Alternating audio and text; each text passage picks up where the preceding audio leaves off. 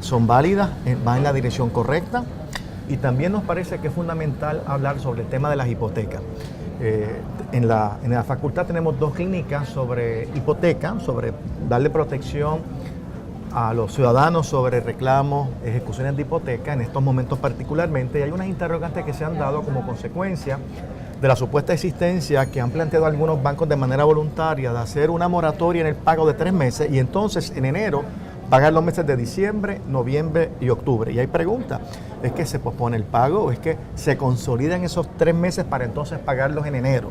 ¿Qué pasa si haces ese acuerdo y no puedes pagar?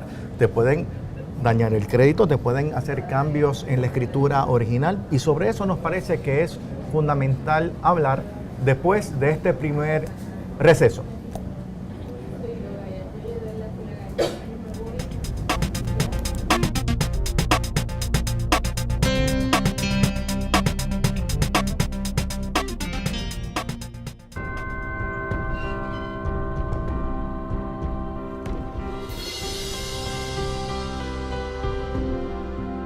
Hace 100 años comenzó a trazarse un camino en San Germán, Puerto Rico. Con bases de fundación sólidas, se fue expandiendo. Buscaba apoyar el desarrollo y preparación del ser humano. Miles de caminantes lo han tomado y a través de cada uno de ellos crece, explora, evoluciona. Pasa por retos, triunfos y logros que lo fortalecen a cada paso. Hoy, el camino de la Universidad Interamericana continúa en los pasos de las nuevas generaciones y mira hacia el futuro con optimismo, ya que con una preparación sólida, avanzada y de valores, se transforma el camino de Puerto Rico. Universidad Interamericana, 100 años haciendo caminos. Para mí el estudiar en la Inter, específicamente en la Escuela de Aeronáutica, es progreso. Hoy día el piloto es más bien un administrador de los sistemas dentro de la cabina y esto requiere que el piloto piense y actúe de una forma diferente. Me siento segura que estoy recibiendo una preparación de alta calidad. Al final llegué a la conclusión de que si yo lo que quería era una carrera profesional completa, yo tenía que estudiar en la Inter. La Inter es una universidad con programas académicos que se adaptan a las necesidades educativas actuales. Somos una universidad que avanza rápidamente, a la par con los cambios tecnológicos y retos que presenta el siglo XXI.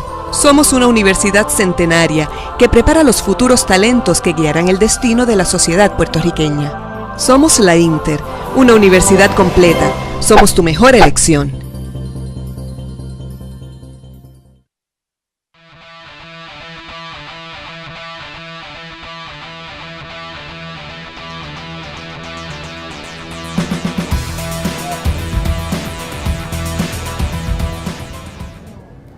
De vuelta en Pensándolo Bien, mi nombre es Julio Fontanet, me acompaña la licenciada Fernó, el profesor Carlos Ramos y nos pueden seguir en @interderechopb. Como habíamos dicho anteriormente, vamos a comenzar por el tema de hostigamiento sexual. Tati.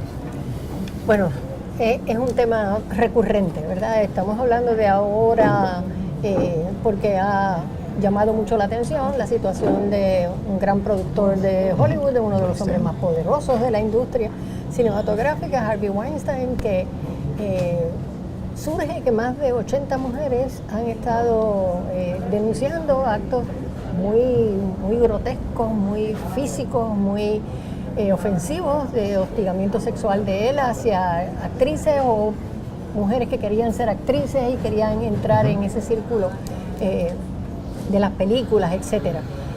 Lo interesante de ese caso es que como nos enteramos, y la razón por la que nos enteramos es porque el New York Times y el New Yorker Magazine han hecho una investigación de casi un año con relación a unos rumores que se escuchaban por años en la industria, pero que realmente se callaban, hasta que por alguna razón que desconozco, se interesan estos periodistas y hacen una investigación muy profunda. Cuando Harvey Weinstein se entera de que ellos están haciendo la investigación, y esto lo publica el mismo New Yorker, él empieza una campaña para ver cómo logra desacreditar a esos periodistas. e inclusive contrata una agencia de detectives que son ex agentes de la Mossad del Estado judío para que lo ayuden a buscar dirt, ¿verdad? El llamado dirt. Pero en los periodistas, no en los querellantes, no en las personas que fueron hostigadas. En ese momento. Lo que querían era detener que esa investigación se publicara.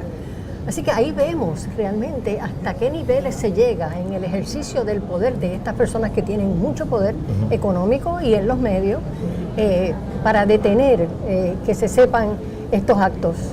Entonces, ¿qué son estos actos? Y yo creo que sería bueno que habláramos de qué pueden ser estos actos, porque hay legislación en Puerto Rico, hay jurisprudencia en Puerto Rico y hay jurisprudencia y legislación también a niveles del gobierno federal. Se divide básicamente en dos, en lo que se llama el quid pro quo, que es o vienes y sales conmigo, o dejas que yo te toque, o haces lo que yo quiero, porque si no, no vas a tener oportunidad de trabajar conmigo. Salir en esta película, como en este escenario, ¿no? Y la otra era cuando lo que hay es un ambiente que se crea, el ambiente hostil, que quiere decir que hay chistes ofensivos, comentarios, fotografías, de alguna manera se siente intimidada la persona, ¿verdad? Porque es un ambiente que no se siente cómodo por el énfasis en lo sexual sobre todo. Así que lo que se intentó en la ley de Puerto Rico, que se aprobó en el 88, era una acción de daños y perjuicios para que la persona que se sintiera, ¿verdad?, que por quid pro quo, por ambiente hostil, pues no estaba cómoda en el trabajo y se sentía intimidada, pudiera reclamar en daños. Después esa ley ha sido enmendada para crear unos delitos menos graves. ¿Que están en el Código Penal? Están en el Código Penal también.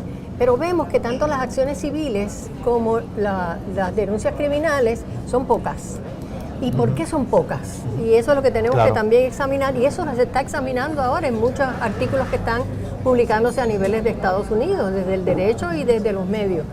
¿Por qué son pocas? Pues en muchas ocasiones terminan con unos acuerdos de confidencialidad. La persona que está denunciada sabe que si esa información sale pública, pues ahí termina gran parte de su poder y de sus ingresos económicos, etcétera.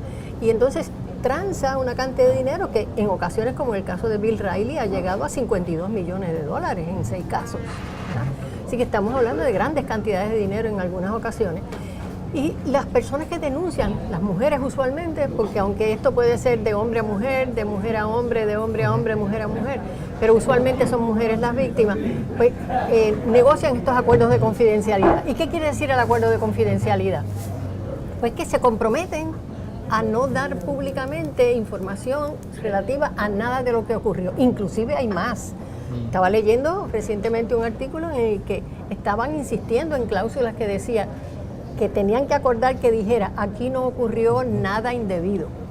Tanto como eso, ¿no? Como negar totalmente que hubiera ocurrido nada indebido. Y si me permites, Tati, pues me gustaría escuchar tu reflexión sobre eso, la de Julio, porque yo creo que en el fondo lo que refleja eso que estás mencionando de los acuerdos de confidencialidad y eso que está sucediendo en Estados Unidos, es que en el fondo actos de hostigamiento sexual son un ejercicio del poder. Claro. Son sobre todo el ejercicio del poder que se manifiesta y es la explicación de por qué transcurren tantos años en lo que se denuncia. Y es también lo que se manifiesta en lo que tú estás diciendo, como incluso en el acuerdo de confidencialidad, otra vez ejerce el poder sobre la víctima para obligarla a llegar a acuerdos como ese de no poder hablar. Porque yo creo que ese es el problema de fondo. Ahora, déjame añadir algo sobre eso. No puede existir ningún acuerdo de confidencialidad que impida que una querellante, que una persona que haya sido hostigada pueda denunciar criminalmente ese acto. Es decir, si hay un acuerdo de confidencialidad que establece la persona hostigada o la alegada hostigada está impedida de acudir a fiscalía o a la policía, sería una disposición totalmente inválida. Inclusive, eso que tú mencionas es casi una obstrucción a la justicia. El párrafo, la línea esta de que si se investiga yo voy a decir que aquí no pasó nada, es casi, bueno, si es juramento es perjurio, pero es casi una obstrucción a la justicia. Así es que nada implica que el Estado, en el caso de quien sea, el que exista un acuerdo de confidencialidad no es impedimento para que el Estado investigue. Claro, probablemente el Estado no tiene tanto interés en investigar porque la querellante no radicó una querella, pero el Estado no necesita una querella para investigar un hostigamiento sexual. Puede hacerlo motu propio, y más si es el fiscal especial independiente, que puede a iniciativa propia hacer esas investigaciones. Yo creo que es importante, claro, como hemos hablado fuera, ¿verdad?, fuera de la Cámara, muchas veces estos acuerdos de confidencialidad que no impiden el procesamiento penal, lo que pasa es que crean un efecto inhibitorio en que la persona tome esa iniciativa, se siente que ya hay cierta justicia lograda, hay cierta indemnización y eso crea ese efecto inhibitorio. Pero por otro lado sucede otra cosa, que es lo que me llama la atención en estos casos. Estas personas no estamos hablando de conducta aislada, son 3, 4, 5, 6 veces el hostigador. No es que hostigó en una ocasión, vemos que es una conducta reiterada. Y uno se pregunta, y les pregunto a ustedes, ¿será que como existe el acuerdo de confidencialidad, el efecto que tiene ese acuerdo de confidencialidad es pensar que si vuelve a pasar, pues es otro acuerdo de confidencialidad, esto no se trae nuevamente a la discusión lo que pasó? Yo creo que ese es el problema verdaderamente que provoca estos acuerdos de confidencialidad. No sé qué ustedes piensan. Sí, no, yo creo que no hay duda de que es un ejercicio de poder. Y cuando tú eres exitoso en el ejercicio de poder, tú repites el ejercicio de poder. Y entonces se mantiene, se internaliza en la cultura, se repite, otros ven que salieron bien, esta es la manera de hacerlo, y entonces se convierte en una reproducción de una conducta. Al principio del tema mencionabas por qué ahora están saliendo todas estas denuncias, a qué se debe. Y es una pregunta legítima que muchos nos hemos hecho, ¿verdad? Como en Estados Unidos empezó con el caso de Riley, después entonces el caso de Weinstein, que es mucho más poderoso, y después ha seguido Kevin Spacey y después han seguido otros más. Y la elaboración de esta contestación lo que ha pensado es que, mira, sobre todo en Estados Unidos, pero en Puerto Rico también lo vemos, las mujeres están ahora mucho más presentes en la fuerza laboral. Y no tan solo presentes, porque siempre lo hemos estado en unos niveles u otros, sino más en niveles de poder, en posiciones ejecutivas, en posiciones directivas. Y se sienten que ya tienen derecho a reclamar, ¿verdad?, lo que les corresponde, lo que el derecho les ha reconocido, pero que no lo han podido ejercitar por sentirse intimidadas. Y por el otro lado, yo creo que hay un cambio cultural que se va dando en las nuevas generaciones, en los varones de las nuevas generaciones, que les parece que esos actos son inaceptables. Y yo creo que en ese sentido estos periodistas que hemos visto que se interesaron en un tema que hace 20 años no se hubieran interesado, no hubieran publicado investigaciones serias sobre esto. Yo me pregunto y especulo si otro factor que quizás incide en que de momento estemos viendo que salga a flote lo que siempre ha existido. Lo que pasa es que por los acuerdos de confidencialidad y otras circunstancias estaban por ahí escondidos, ¿verdad? Porque no es que el hostigamiento sexual sea nuevo, es que estaba por debajo de la mesa muchas veces por falta de legislación o lo que fuese. Yo me pregunto si no será una reacción no esperada o quizás contraria al hecho de que sabemos que hoy día la presidencia de Estados Unidos está ocupada por un candidato que ha hecho expresiones sexistas y hostigadoras, y que todo el mundo sabe que aún así fue electo. Y yo me pregunto si eso no ha tenido en la prensa misma un efecto liberador. Un efecto liberador de decir, sí, este individuo incluso fue electo con ese historial, no es hora de que entonces realmente empiecen a pasar cosas dramáticas, ya que está en la mentalidad de muchos que ni se enteraban lo que es eso, que lo vieron en vivo en la campaña, lo que es el ejercicio del poder en términos de hostigamiento sexual y expresiones sexistas, que esto obviamente es un hecho que es conocido, ¿no? Una grabación de él. Si eso no tendrá también que ver en su día cuando la sociología dé explicaciones al fenómeno que estás comentando. Yo creo que sí, yo creo que definitivamente tiene mucho que ver. Y ya vemos editoriales del New York Times, o sea, no es tan solo una investigación, es que ya es la posición editorial del periódico con relación a que esto tiene que terminar. Este es el momento de aprovechar, esta es la coyuntura para que propiciemos un cambio cultural y que esto no se siga reproduciendo. Y en un último párrafo que releí hace unos días, decía, es que tenemos que empezar a enseñarles a los niños que esto no es conducta correcta y a los adultos que hay consecuencias cuando cometen estos actos. Y yo creo que ese es el camino que tenemos que seguir. Ahora, el camino es difícil. Para nosotras en el 88, que participé del grupo que cabildeamos por esa legislación, fue bien difícil aprobar esa legislación. Hubo una gran resistencia de ambos cuerpos legislativos en Puerto Rico para aprobarla. Y los chistes que nos hacían, los comentarios que tuvimos que escuchar, de esos legisladores cuando estábamos cabildeando por la legislación, y ahora se entiende que es una cosa absolutamente necesaria para tener una sociedad más digna. Bueno, pues vamos a una pausa y regresamos para hablar de los poderes que tiene el gobernador durante los estados de emergencia. Hasta luego.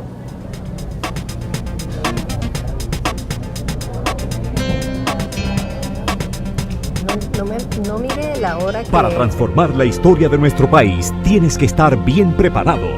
La Inter te educa para ser un profesional completo. Somos una universidad de vanguardia, con programas de estudios que atienden las necesidades de nuestra sociedad actual. Estás a tiempo. Matricúlate ya en uno de nuestros 9 recintos en www.inter.edu. Triunfa con los mejores en la Inter.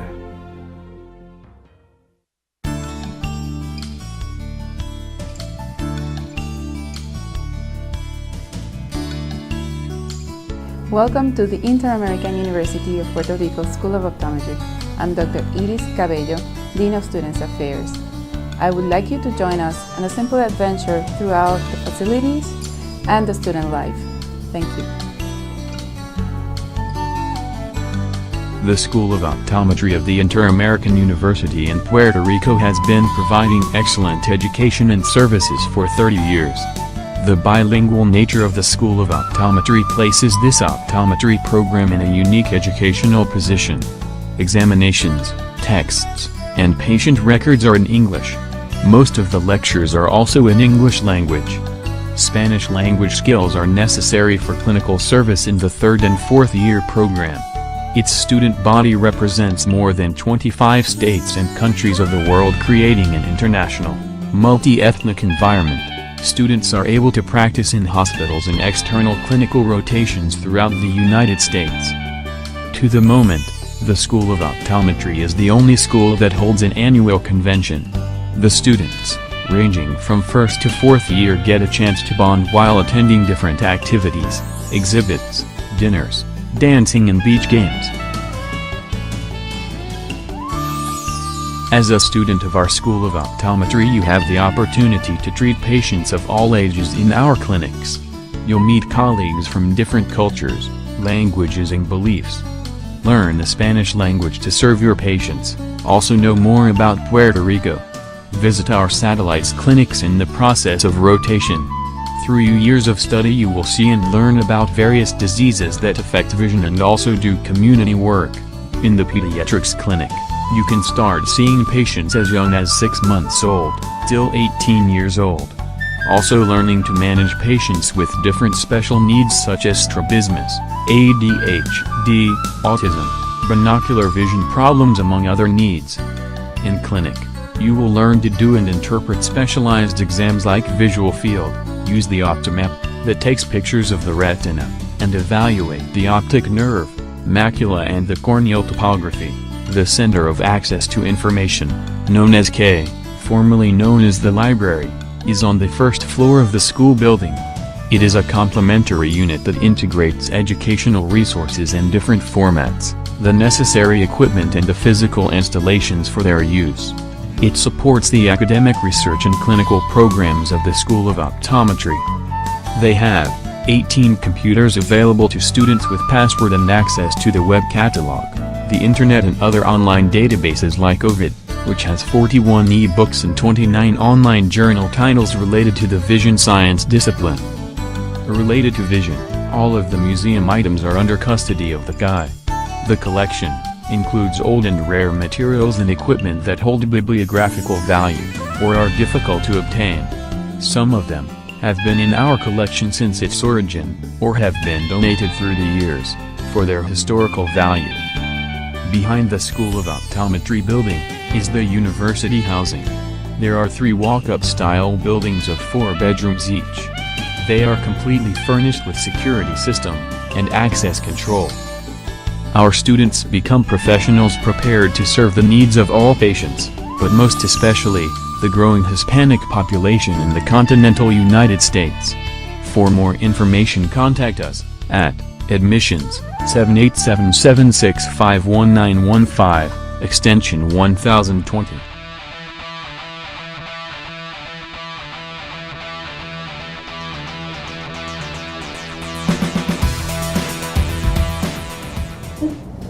Estamos aquí pensándolo bien en la Facultad de Derecho de la Universidad Interamericana de Puerto Rico. Segundo tema que vamos a tocar y que ya anunciamos, se da en el contexto de la situación de emergencia que estamos viviendo, ¿verdad? Y el reclamo del gobernador de hacer unas acciones en ese contexto, los toques de queda, esta legislación, este proyecto que es el PDLS 653, que pretende la consolidación de varias agencias, todo bajo la óptica de la crisis económica que estamos viviendo y que se magnifica dramáticamente como consecuencia del paso del huracán María. Carlos, ese ejercicio del que está reclamando el gobernador y que la legislatura le ha dado bastante espacio para su ejercicio, ¿es consistente con los poderes que la Constitución identifica y le atribuye al gobernador? Fíjate, eso es una pregunta fácil y a su vez bien difícil de contestar. ¿Por qué? Porque independientemente, pienso yo, de lo que diga la Constitución o incluso lo que digan las leyes, se dice, y de hecho lo ha dicho el Tribunal Supremo de Puerto Rico, en el caso de la Ley 7, por voz del juez Kolthoff, que el Estado o cualquier gobierno constituido, colonial como el nuestro o no, pero gobierno constituido, tiene un deber de proteger sus ciudadanos porque tiene un poder inherente de razón de Estado, lo que se llama police power, sobre todo en situaciones de salud y de emergencia. ¿Qué quiere decir? Si es un poder inherente, no depende de lo que diga la Constitución, ni de lo que digan las leyes, tiene que ejercerlo. Bueno, los poderes inherentes a su vez son bien problemáticos, porque como no tienen referente, se prestan a abuso, se prestan a concentración de poder, se prestan a corrupción, se prestan a muchas cosas. Así que, como cuestión de umbral, hay que decir, el gobierno tenía el deber de proteger a sus ciudadanos en la catástrofe. Y yo pienso que ese poder inherente, ese día después de María, lo tuvo el gobernador y a mi juicio, durante las primeras horas, lo ejerció con cautela. Yo creo que protegió la ciudadanía y con gran estamina. ¿Con el toque de queda? No, yo todavía no lo del toque de queda. Eso fue una de las manifestaciones de la forma como se reaccionó al país durante esas primeras horas. Lo que pasa es que en la medida en que transcurre el evento, aún en un Estado de Derecho como el nuestro, donde se reconoce el poder inherente del Estado de cualquier gobierno constituido de protegernos, en algún momento tiene que regresarse al Estado de Derecho, entre comillas, de la normalidad, leyes y Constitución. Nuestro gobierno emitió de antemano un decreto de emergencia preventivamente días antes del huracán mediante orden ejecutiva, que es un decreto que no pasa por la legislatura, y yo creo que lo hizo bien. El día después del huracán o el mismo día emite su primera toque de queda basado en ese poder de emergencia, que como digo, yo creo que tenía que hacer algo sobre eso. El problema ha sido que mientras va transcurriendo el tiempo, incluyendo al día de hoy, que casi estamos llegando al día 60 de la catástrofe, el Ejecutivo se ha mantenido con la primera orden de emergencia. ¿Y qué pasa? Los toques de queda o cualquier otra acción así unilateral por orden ejecutiva del gobernador durante los periodos de emergencia, en teoría, tienen una base, ahorita podemos hablar de ello un poquito, en la ley y en la Constitución, pero se empieza a aparecer a concentración indebida de poder. Porque las acciones dentro de una emergencia, como la catástrofe que nosotros tuvimos, a veces, por desgracia, tienen que estar en manos del primer ejecutivo, pero en la medida que pasan horas y días, la situación se está complicando. En el caso de Puerto Rico del toque de queda, es interesante notar que la orden ejecutiva del gobernador estableciendo el primer toque de queda, no me acuerdo si es la número 49 o la que fuese, la fundamenta en leyes, particularmente en una ley del 99, del periodo del doctor Rosselló Padre, que es la ley que crea el negociado de emergencia para casos de catástrofe. Y sin embargo, esa ley ya hoy día es conocido, o si no muchos se darán cuenta próximamente, de que esa era una ley derogada en el 2017. Es verdad que está basada en una ley derogada porque fue sustituida en el 17 por una ley que incorpora exactamente lo que decía la ley del 99 y por lo tanto fácilmente podría el gobernador decir esa orden ejecutiva se entiende por la presente enmendada por estas, cosa que empezó a pasar en un momento dado. O sea que el problema no es exactamente si se está invocando una orden basada en una ley derogada. Aunque yo, me encantaría que tú lo comentaras, Julio, si fuese abogado de defensa de uno de los alegadamente detenidos durante el toque de queda, que tampoco sabemos si verdaderamente hubo gente detenida en el toque de queda. Sí, ni qué ha pasado ni con qué ha esos pasado. De las primeras cosas que yo levantaría es, pero si usted está usando una orden ejecutiva sobre una ley derogada, esto es un proceso penal, no es un proceso... Es decir, los toques de queda, pasados sobre todo el periodo crítico de las primeras horas, empiezan a acercarse en un serio problema de separación de poder y de concentración excesiva de poder. Y nosotros ya llevamos casi 60 días donde el gobernador ha emitido más de 25 órdenes ejecutivas, lo cual significa que no han pasado por el sedazo, no han pasado de la legislatura. Una distinción que yo quiero hacer, porque fue interesante que el gobernador, que en esta semana estuvo en el Congreso, relacionado con las acciones del Congreso, en un momento dado, en la traducción en inglés, al hacer referencia al toque de queda, explicó en inglés, y hay que reconocer que el gobernador no es abogado, ¿verdad? Usó el término toque de queda y lo tradujo como martial law. Es un lapsus que se lo podemos, yo creo que permitir al gobernador, porque no es su tema, pero evidentemente el toque de queda no equivale a la ley marcial que sí contempla nuestra Constitución. Esta Constitución contempla, en caso de grave amenaza, sobre todo de seguridad pública, como quizás lo hubo en esas horas. Y de invasión. Pero no tienen que hacerse las dos, pero habla de grave amenaza. Pero esa misma, es interesante. Tiene que ver con lo que vamos a seguir discutiendo. Es interesante porque la Constitución dice que si bien puede invocarse la ley marcial, que hasta donde yo sé desde el 52 nunca se ha hecho, dice que la legislatura tiene que reunirse inmediatamente después para ratificarla o revocarla. Bueno, entonces claro, eso no fue lo que el gobernador hizo. El gobernador emitió una orden ejecutiva basada en algo que preventivamente había dicho anteriormente, pero se ha quedado ahí vigente, y bajo esa orden ejecutiva se siguen tomando acciones dramáticas, como tiene que ver con congelación de convenios, como tiene que ver con las situaciones relacionadas con ventas de productos, como tiene que ver con una serie de cosas que afectan, pero que de ordinario, incluso con la creación de una agencia. Son asuntos que en la medida en que van pasando los días, a mi juicio, tanto las órdenes ejecutivas, y yo no tengo la menor duda, el toque de queda empieza a acercarse a la inconstitucionalidad. Porque un toque de queda, que ahora lo podemos decir, si uno lo decía en las horas después de María, nadie va a entenderlo y todo el mundo va a decir, ¿pero qué tú estás criticando? Pero toque de queda implica posibles violaciones al derecho de intimidad, a su vertiente de derecho de movimiento, a la toma de propiedad sin el debido proceso de ley, a quitarnos la libertad sin el debido proceso de ley. Es decir, toda una serie de derechos fundamentales, a dejarle demasiado discreción a la policía. Imagínese usted que el toque de queda, que se ha enmendado varias veces por orden ejecutiva, pero por ejemplo la última vez que el 31 de octubre. Esa no, yo recuerdo, esa no se enmendó por orden. No. De momento la implementación de la ejecutiva está a cargo de la persona que dirige el negociado de seguridad, que es el señor Pesquera, que es un policía federal, o sea, es un policía federal dirigiendo, muy bien pago, administrando el toque de queda, no un director de emergencia. Claro. O sea, que es lo que la ley del 99 y la del 2007 ordena. La cosa yo creo que ya se ha puesto de tal manera que merece, cuando menos, esta discusión pública. Y merece, por ejemplo, saber si en su día, cuando empecemos a repensar lo que ha sucedido en estos días, si algo que quizás debería de estar legislado, cuáles son las circunstancias y los contornos del toque de queda. Porque aunque se diga que está en la orden ejecutiva, haciendo referencia a leyes, ninguna ley en Puerto Rico que yo conozca, ni la del 99 ni la del 2017, que le conceden poderes bien amplios al gobernador, que podemos discutir si son constitucionales. Yo creo que muchas veces pueden ser inconstitucionales porque no se le puede dar tanto poder al gobernador, pero ninguna menciona ni reglamenta específicamente el toque de queda. Bueno, para contestar tu interrogante, cualquier persona que haya sido detenido, particularmente el 31 de octubre, bajo una orden ejecutiva enmendada basada en una ley derogada, pues el principio de legalidad es claro, es decir, la detención era totalmente inválida.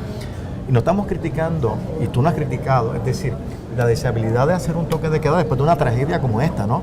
Pero su extensión hasta el 31 de octubre o su fundamentación en leyes derogadas, yo creo que es un descuido muy desafortunado. Máxime cuando yo creo que los primeros días después del paso de María hubo mucha receptividad del país en que era necesario estar todo el mundo en su casa para evitar cosas que han pasado particularmente fuera de Puerto Rico después del paso de huracán Irma, en Florida, por ejemplo, que vimos que muchas tiendas, muchos locales fueron, ¿verdad?, vandalizados. Y eso yo no creo que pasó en Puerto Rico en esa dimensión, pero evidentemente se va a hacer un toque de queda. Yo creo que es imperativo hacer las cosas bien hechas, con precisión. Y hay que decir quizás en beneficio del gobierno, que en algún momento dado después del mes de octubre, en efecto, la tercera extensión creo que del toque de queda, no recuerdo que hubiera ninguna específicamente para el 31, esa fue verbal. Ellos empezaron a decir en las órdenes ejecutivas, esta ley está fundamentada en la del 2017, que incorpora la que se derogó en el del 2000. Hicieron una corrección. Empezaron a corregirlo en las órdenes, pero estuvieron todo el mes de septiembre, y si no me equivoco, hasta las primeras 2 semanas de octubre, aprobando órdenes ejecutivas basadas en una ley que no existía. Y técnicamente, pues yo creo que podría tener implicaciones, vuelvo y te digo, pero ciertamente María no puede haber llevado la legalidad en tan extremo, ¿verdad? Por pasado tanto tiempo, y tenemos que reflexionar sobre eso. Tati, déjame preguntarte sobre el proyecto del Senado 653, que es un proyecto de administración, es decir, sometido por Fortaleza, donde se plantea que el gobernador tendrá una facultad bastante amplia en reorganizar el gabinete, que no es constitucional, es decir, aquellas agencias de gobierno creadas por ley. Llama la atención en la ley propuesta desde Fortaleza de que la Asamblea Legislativa delega totalmente esa facultad al gobernador y que puede hacerlo mediante orden ejecutiva. ¿Te parece que es un ejercicio legal de delegación de parte de la Asamblea Legislativa al gobernador? Obviamente no. Bajo el derecho constitucional, bajo el derecho administrativo, no puede el Ejecutivo tener ese poder, y no puede la Asamblea Legislativa delegarle ese poder tan ampliamente como estaba en el proyecto original sometido por la Fortaleza. Porque la doctrina establecida desde la década de cuando Roosevelt era presidente, se estableció por el Tribunal Supremo de los Estados Unidos, que realmente no le aceptó a Roosevelt, que quería precisamente actuar en base a la emergencia de la depresión con unos poderes que se entendían omnímodos. Así que en ese sentido se estableció que la Asamblea Legislativa tiene que, al delegarle poderes al Ejecutivo, limitarlo y establecer en la legislación hasta dónde es que llega. Tiene que tener lo que se llama el principio inteligible, tiene que saberse para qué, hacer qué. No puede ser, haga lo que usted crea que es razonable. O sea, que puede haber una delegación, pero con unas pautas o lineamientos muy precisos. Es correcto. Y probablemente eso tendría que volver a la Asamblea Legislativa para su aprobación, es decir, no que se pueda aprobar mediante una orden ejecutiva. No, claro, no puede ser mediante orden ejecutiva, tiene que ser mediante legislación, pero la legislación no puede ser haz lo que tú creas conveniente, sino que tiene que incluir en sus disposiciones sustantivas cuáles son los parámetros para la actuación, qué es lo que se quiere hacer, cómo se debe hacer. Y quizás comentar que cuando se habla de que tiene que ser compartida, delegada por el contrapeso de la Asamblea Legislativa, hay que distinguir, porque esto ha sucedido en esta semana, cuando el gobernador aprueba una orden ejecutiva y quizás contraria a las otras órdenes ejecutivas, decide en esta ocasión consultar, por ejemplo, las presidencias de los cuerpos, y decide obtener el insumo de la presidencia de los cuerpos, y quiere traducir ese contacto, ese insumo, como la manera en que se corrigió el problema de delegación de poderes. Y yo creo que eso no puede ser así, pero así se está haciendo públicamente. ¿Por qué? Por varias razones, pienso yo. Y quizás la que más me interesa resaltar ahora. Que si bien eso es mejor que lo que había, es decir, estaba el Ejecutivo solo, y la rama legislativa estaba dormida por las circunstancias que fuesen. Si bien demuestra la Asamblea Legislativa que está controlada por un partido que también tiene el Ejecutivo, que siempre es bueno para la democracia, que cuando el mismo partido controla las dos, haya ese choque, porque es lo que va a garantizar que sea una buena, porque la separación de poderes no existe meramente porque hay que consultar, es para que haya eficiencia, para que no haya corrupción. La Asamblea Legislativa no es los presidentes de los cuerpos. La Asamblea Legislativa es todos los miembros que la componen. El resto de la delegación de mayoría la minoría, todo eso es la Asamblea y por lo tanto consultar meramente a los presidentes de los cuerpos para entonces decir, ya corregir los defectos de inconstitucionalidad. Yo no creo está que a mí violentando no puede precisamente ser. el proceso democrático. ¿Para qué Así elegimos es. los representantes? Así No es. los pueden obviar y decir, en este momento tú no participas, Así en es. este otro momento sí participas. Pero hay algo que yo quisiera resaltar porque es que me llama mucho la atención en esta misma línea que ha seguido Carlos en su exposición, de que la Asamblea Legislativa, cuando viene el desastre de María, cuando viene el toque de queda, cuando vienen las órdenes ejecutivas, no estaba, desapareció del mapa. Pues no había luz en todo el país, pero se podían haber reunido en cualquier sitio, a la luz de la vela o de la luna se pudieron haber reunido. Pero cuando se estaban coartando derechos ciudadanos, no apareció la Asamblea Legislativa. Ahora, cuando viene un proyecto de ley que le va a coartar derechos a la legislatura, entonces protesta. Y yo creo que es importante que resaltemos esa gran diferencia, porque ¿quién entonces defiende los derechos del pueblo? ¿Verdad? ¿Son los representantes del pueblo o es que van a intervenir solamente cuando vean que les está afectando en esa función de ellos como legisladores y en el poder que ellos entienden que tienen y tienen constitucionalmente como legisladores? Eso es bien interesante porque en todas esas órdenes ejecutivas que Carlos hablaba hace un rato, lo que veíamos era que se invalidaron los convenios colectivos, se invalidaron los derechos de libertad, se invalidaron los movimientos, es todo el derecho ciudadano el que se recorta y sin embargo la Asamblea Legislativa no dijo nada. Bueno, pues vamos a una pausa y cuando regresemos vamos a hablar de las hipotecas y si el tiempo los permite, algunos comentarios sobre la decisión de la juez Taylor en la confrontación entre el gobernador Promés en la Junta de Control Fiscal y el nombramiento del señor Samot como síndico o como director ejecutivo de facto de la Autoridad de Energía Eléctrica. Regresamos.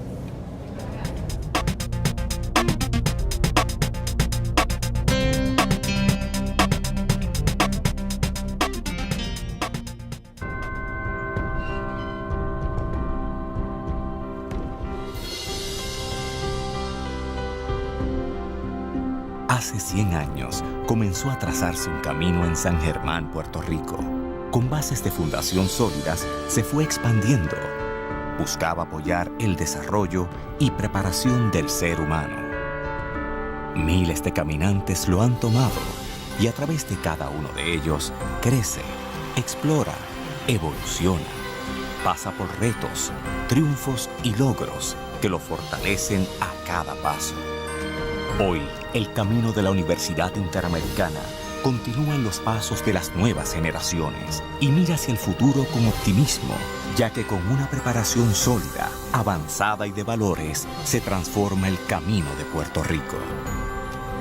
Universidad Interamericana, 100 años haciendo caminos.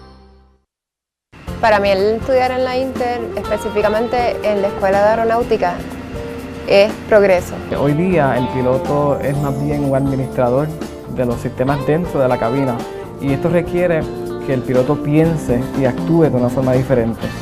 Me siento segura que estoy recibiendo una preparación de alta calidad. Al final llegué a la conclusión de que si yo lo que quería era una carrera profesional completa, yo tenía que estudiar en la Inter.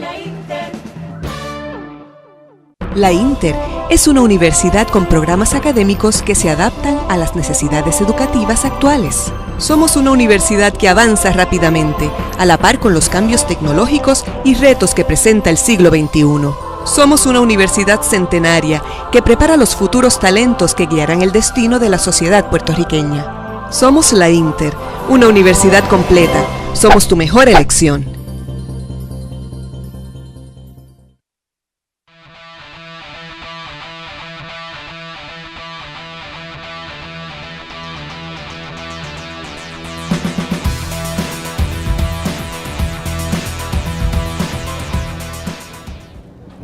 De vuelta en la Facultad de Derecho de la Interamericana y estamos pensándolo bien, o al menos tratando de pensarlo bien.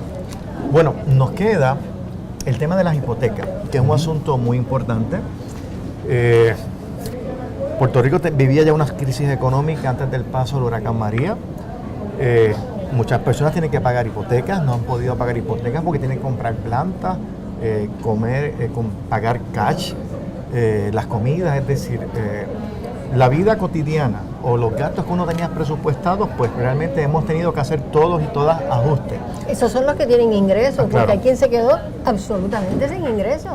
Y si no tienes ingresos, pues no tienes cómo pagar la hipoteca, que típicamente es el gasto más significativo que tienen la mayoría de los puertorriqueños y puertorriqueñas. Entonces, ¿qué se hace? Bueno, lo que se ha escuchado y es lo que ha sido atraído a mi atención por la Clínica de Asistencia Legal de la Facultad, de personas que han venido porque se han iniciado procesos de ejecución de hipoteca, lo que me parece inconcebible. A pesar de que hay una legislación federal que protege sobre ese particularmente los que son los préstamos HUD, ¿no? Pero ha venido una propuesta de algunos bancos, y digo propuesta porque no es esto en virtud de una disposición de ley, es decir, que algunos bancos han planteado a las personas de que vamos a establecer una moratoria, es decir, no pagues el pago mensual de octubre, noviembre y diciembre. Utiliza ese dinero para otras cosas, pero entonces en enero o me haces el pago consolidado, es decir, en enero pagas enero más los otros 3 meses que no sé dónde vas a sacar el dinero, o sencillamente, porque si es una verdadera moratoria, se supone que si tú tenías una hipoteca a 20 años, pues sería entonces 20 años más estos 3 meses que estén prorrogados, porque no tendría sentido que te permitan no pagar estos 3 meses, pero entonces que tú tengas que producir el pago de esos 3 meses consolidados en enero. Entonces, claro, esto los bancos no han sido muy precisos, hemos tenido los clientes nuestros distintas experiencias. Y yo creo que se debe también a que no ha habido una legislación, es decir, esto es un asunto que no está legislado por el Estado y que podría hacerlo, podría imponer, porque la situación de emergencia lo amerita, es decir, tú podrías decir, bueno, banco, esto puede afectar tus obligaciones contractuales, pero es una situación de emergencia declarada por el presidente de Estados Unidos y por el gobernador, es decir, más que se justifica afectar esas relaciones contractuales y decir, no, durante esos 3 meses, no es que vas a condonar el pago, pero vas a añadir 3 meses más a la duración de la hipoteca, eso sería lo razonable. Pero entonces, como es voluntario, pues los bancos también lo están haciendo, y según se nos informa, ¿no?, como un acto altruista de parte de ellos, pero entonces ponen muchos requisitos. Por ejemplo, tú tienes que pedirlo, tienes que reunirte con el banco. Entonces, la información hemos tenido que algunos bancos te recomiendan, mira, mejor paga, porque esto es muy complicado. Es decir, que para fines mediáticos se ha querido proyectar como estamos receptivos, pero cuando se va a implementar realmente la moratoria te ponen ciertos obstáculos. Yo creo que eso se podría resolver con una legislación que obligue a los bancos sencillamente a extender, en aquellos casos que tú así lo desees, el pago de esa hipoteca por estos 3 meses. Mira, yo creo que este es otro ejemplo de lo que recién comentaba yo. La Asamblea Legislativa no actuando, silencio, inacción, cuando se trata de la defensa de los intereses del pueblo. Aquí no es que las personas tengan menos ingresos, es que aquí han cerrado más de 5,000 negocios pequeños, es que aquí se han quedado sin ingresos miles de personas. Y entonces, si tú no tienes ingresos, pues ¿cómo tú vas a pagar la hipoteca? Entonces, cuando uno escuchó esos anuncios que salían en la prensa y en la radio de que, bueno, no vamos a cobrar por esto, nos empezamos a enterar de que cuando iban es lo que tú le decías. Y más todavía, les decían, bueno, y si no puedes pagar en enero los 4 meses de cantazo, te vamos a refinanciar. Claro, tienes entonces que pagar los costos de refinanciamiento, tienes que pagar los gastos de cierre, tienes que pagar los costos de honorarios de abogado. Y lo cual es absolutamente imposible. Entonces uno se plantea por qué la Asamblea Legislativa no actúa en defensa del pueblo. Ahorita Carlos hablaba del poder de razón de Estado, ¿verdad? El police power, que es el poder inherente ese del Estado de proteger a la ciudadanía. Y en las emergencias crece la necesidad de esa defensa de los intereses del pueblo. Y aquí hay la posibilidad de establecer legislación porque ha sucedido antes y se ha validado por el Tribunal Supremo de los Estados Unidos en situaciones de emergencia. La primera de ellas fue durante la depresión precisamente.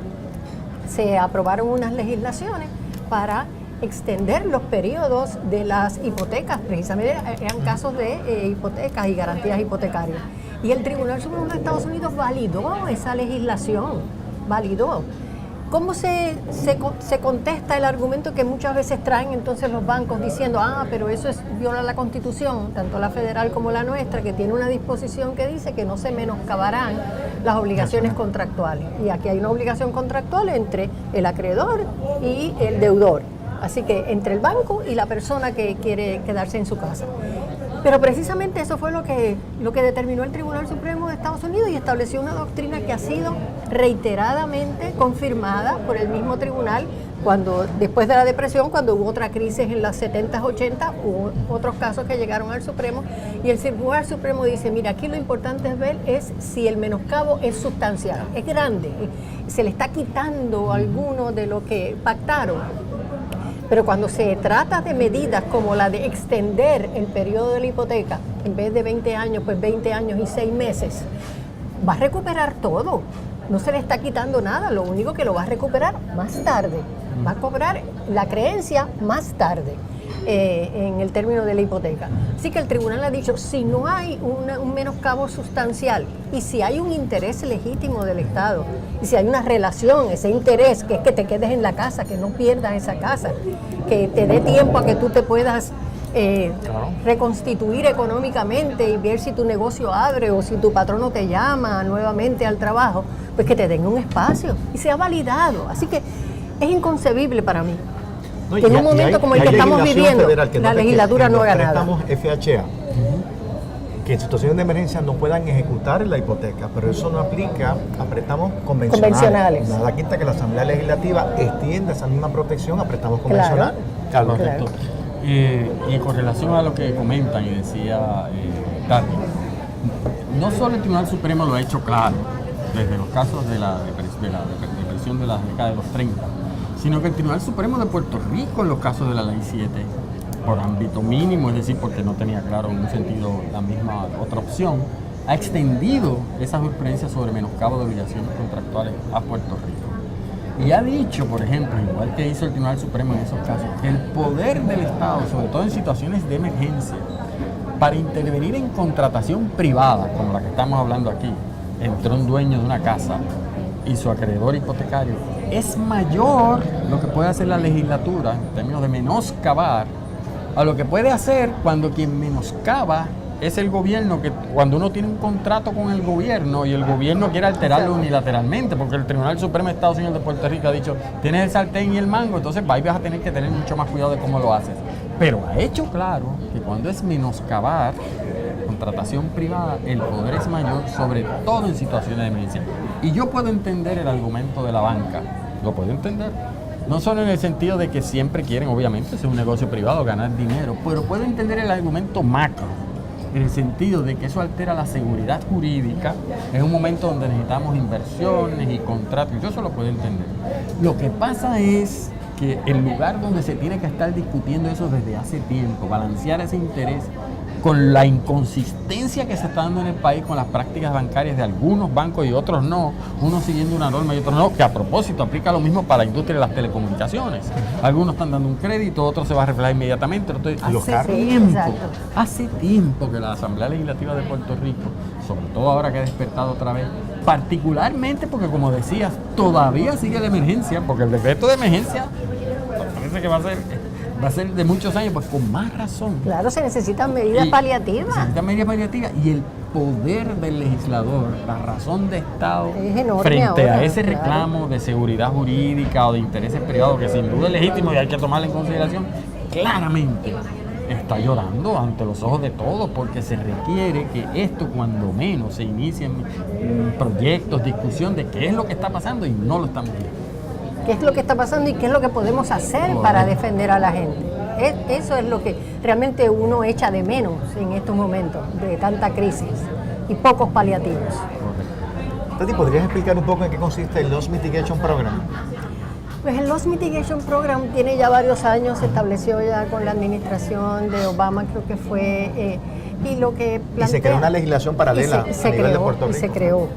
El problema es que tiene una limitación que casi la destroza, y es que cuando tú te atrasas en los pagos, pues entonces tú puedes ir antes de que venga la ejecución de hipoteca. Esto surge en el momento en que incrementan las ejecuciones de hipoteca, pues se abre esta puerta de que le obliga al banco a reunirse con la persona, el deudor, para ver si pueden llegar a un plan de pagos, un acuerdo. Pero la primera pregunta que hace el banco, y está contemplado en la ley, es que no puede haber loss mitigation, un plan de mitigación, si la persona no tiene ingresos.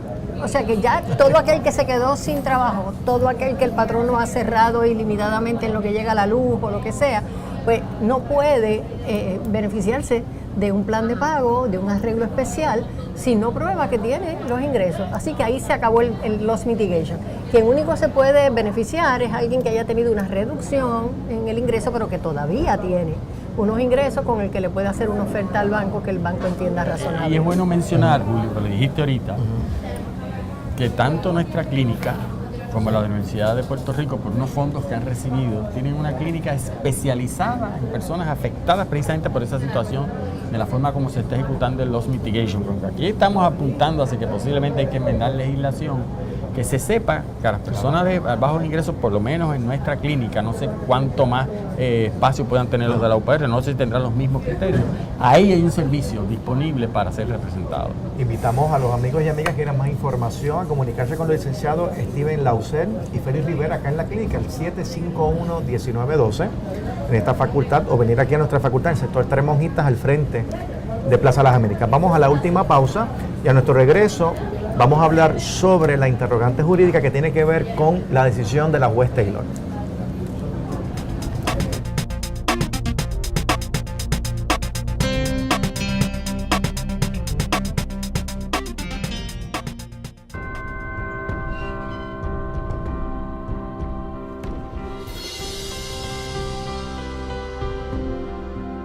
Hace 100 años comenzó a trazarse un camino en San Germán, Puerto Rico. Con bases de fundación sólidas, se fue expandiendo. Buscaba apoyar el desarrollo y preparación del ser humano. Miles de caminantes lo han tomado y a través de cada uno de ellos crece, explora, evoluciona. Pasa por retos, triunfos y logros que lo fortalecen a cada paso. Hoy, el camino de la Universidad Interamericana continúa en los pasos de las nuevas generaciones y mira hacia el futuro con optimismo, ya que con una preparación sólida, avanzada y de valores, se transforma el camino de Puerto Rico. Universidad Interamericana, 100 años haciendo caminos. Para mí el estudiar en la Inter, específicamente en la Escuela de Aeronáutica, es progreso. Hoy día el piloto es más bien un administrador de los sistemas dentro de la cabina y esto requiere que el piloto piense y actúe de una forma diferente. Me siento segura que estoy recibiendo una preparación de alta calidad. Al final llegué a la conclusión de que si yo lo que quería era una carrera profesional completa, yo tenía que estudiar en la Inter. La Inter es una universidad con programas académicos que se adaptan a las necesidades educativas actuales. Somos una universidad que avanza rápidamente, a la par con los cambios tecnológicos y retos que presenta el siglo XXI. Somos una universidad centenaria que prepara los futuros talentos que guiarán el destino de la sociedad puertorriqueña. Somos la Inter, una universidad completa. Somos tu mejor elección.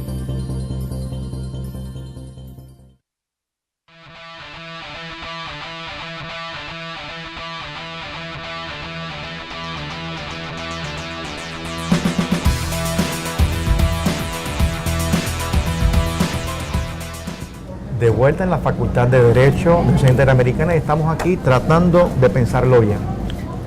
Bien, pues nos queda, porque el tiempo se va volando, nos queda la interrogante jurídica, tiene que ver con la decisión de la juez Taylor. Claro, tenemos un problema. La juez Taylor verbalizó su decisión, que básicamente resolvió dos cosas interesantes, una política o de policy y una legal. Básicamente dice que la ley promesa no le adjudica a la Junta de Control Fiscal el poder de nombrar un síndico o un director ejecutivo para dirigir la Autoridad de Energía Eléctrica. Eso lo dice por un lado, pero dijo también muy interesantemente, dijo, dejen de estar litigando y pónganse a trabajar. Esto cuesta dinero, esto toma tiempo, pónganse de acuerdo. Fue interesante ese otro comentario. Bueno, la interrogante jurídica es, le hacen al panel, ¿puede el Congreso, en virtud de lo que resolvió la juez Taylor, que todavía no lo hemos leído porque no está por escrito, enmendar la ley promesa para de manera más precisa y clara otorgarle el poder a la Junta de Control Fiscal para nombrar un síndico o un director ejecutivo a la Autoridad de Energía Eléctrica? Esa es la interrogante. Yo creo que sí. De hecho, la jueza informa a los que estuvieron allí en el tribunal con quien he hablado y ha dicho algo la prensa cuando comenta que no lee la ley promesa, no lee donde dice que puede nombrar ese llamado oficial de transformación, que se sabe que es un síndico, no entiende. Dice, contrario a lo que, por ejemplo, hizo el Congreso en Washington, D.C., donde se apropió directamente de ciertos poderes de Washington, D.C., no lo hizo con Puerto Rico. Lo que la jueza está diciendo, y yo creo que es lo que yo pienso también, es que el poder lo tiene el Congreso bajo la cláusula territorial, que es bajo la cual está promesa. Claro, eso crea un problema político, porque efectivamente mientras más te acerques a nombramientos como ese, más te acercas a administrar directamente el gobierno de Puerto Rico, que es un valor que Promesa también en más de una ocasión lo menciona. Promesa es el resultado de unos compromisos ahí de demócratas y republicanos, y por lo tanto puede hacerlo, pero yo creo que, salvo que la agitación se siga poniendo bien crítica, no va a encontrar mucho eco en el Congreso del lado demócrata, y va a necesitar demócratas para enmendar. Así que no sé, yo no sé. Varío un poco de lo que dice Carlos. En la primera parte estoy absolutamente de acuerdo, de que si tiene el poder, la facultad de hacerlo, lo tiene. Ahora, ¿lo hará? ¿Lo hará o no lo hará? Yo creo que tiendo a pensar que lo va a hacer por dos razones. Una, porque es para energía eléctrica nada más. No está hablándose de mayores entidades que esas. Otras agencias de gobierno. Otras agencias, el mismo gobierno, el Ejecutivo. Departamento no de Justicia, imagínate. Y energía eléctrica precisamente es la que está en la picota, en la mira del Congreso. Y las preguntas que se hicieron allí es con relación entonces a la otra parte. Es decir, no es tan solo que tiene el problema de que tiene o no tiene el poder y si se lo vamos a dar, es que usted está pidiendo $100 millones. Y esos $100 millones nosotros necesitamos algún tipo de garantía estructural que evite cosas como la de Whitefish, que ellos entienden que ha sido sencillamente inaceptable, como debemos entenderlos todos nosotros. Así que ahí hay dos pesos bien fuertes en el Congreso, que en las preguntas de los legisladores, congresistas, senadores, se veía esa preocupación de que no podemos dejarlo como está.